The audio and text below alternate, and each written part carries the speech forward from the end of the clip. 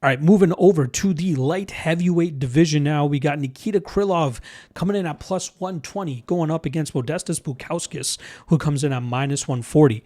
Now, Krylov has kind of been struggling as of late too, right? He's on a 2-fight losing streak, knocked out by Bogdan Guskov, knocked out by Dominic Reyes, and that obviously, halted the momentum he had, especially after that knockout over Gustafsson, the decision win over Uzdemir, where he just grappled him into the mat, and then he got that submission win over Ryan Spann.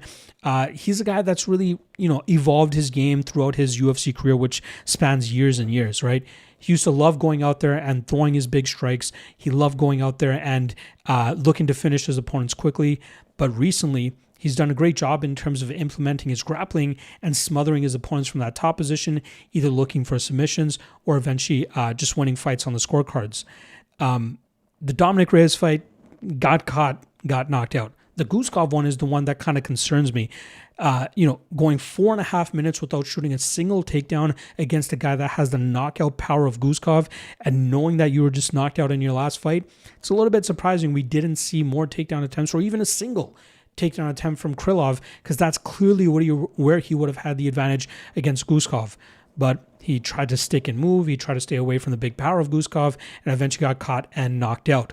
You got to believe, on a 2-fight losing streak, he's going to want to go out there, hammer that takedown, hammer that grappling, try to smother his opponent, and try to get back into the win column. Otherwise, he might be out of a UFC roster spot if he can't get his hand raised. So that's kind of what I'm expecting from him coming into this matchup against Modestas Bukauskas, who's absolutely streaking as of late. He started 1-3 in his first run with the UFC after losing 3 straight fights. He got sent back to Cage Warriors, where he won 2 fights, one of them being for the Cage Warriors title. He got brought back into the fold for a short notice spot against Tyson Pedro, where he pulled off the upset and got the decision victory. He's now 6-1 in his second run with the promotion, with his only loss coming by knockout to heavy-handed Vitor Petrino.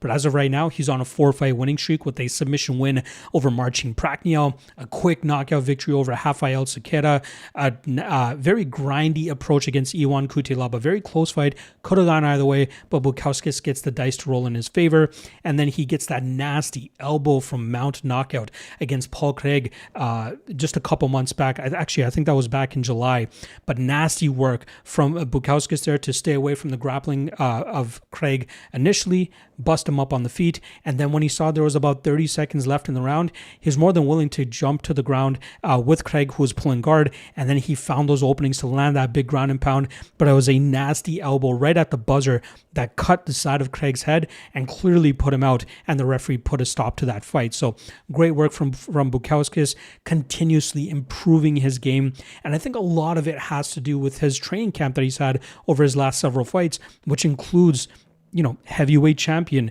Tom Aspinall, heavyweight KSW champion Phil DeFries, and other big European prospects who are helping him really round out his game and become a better fighter.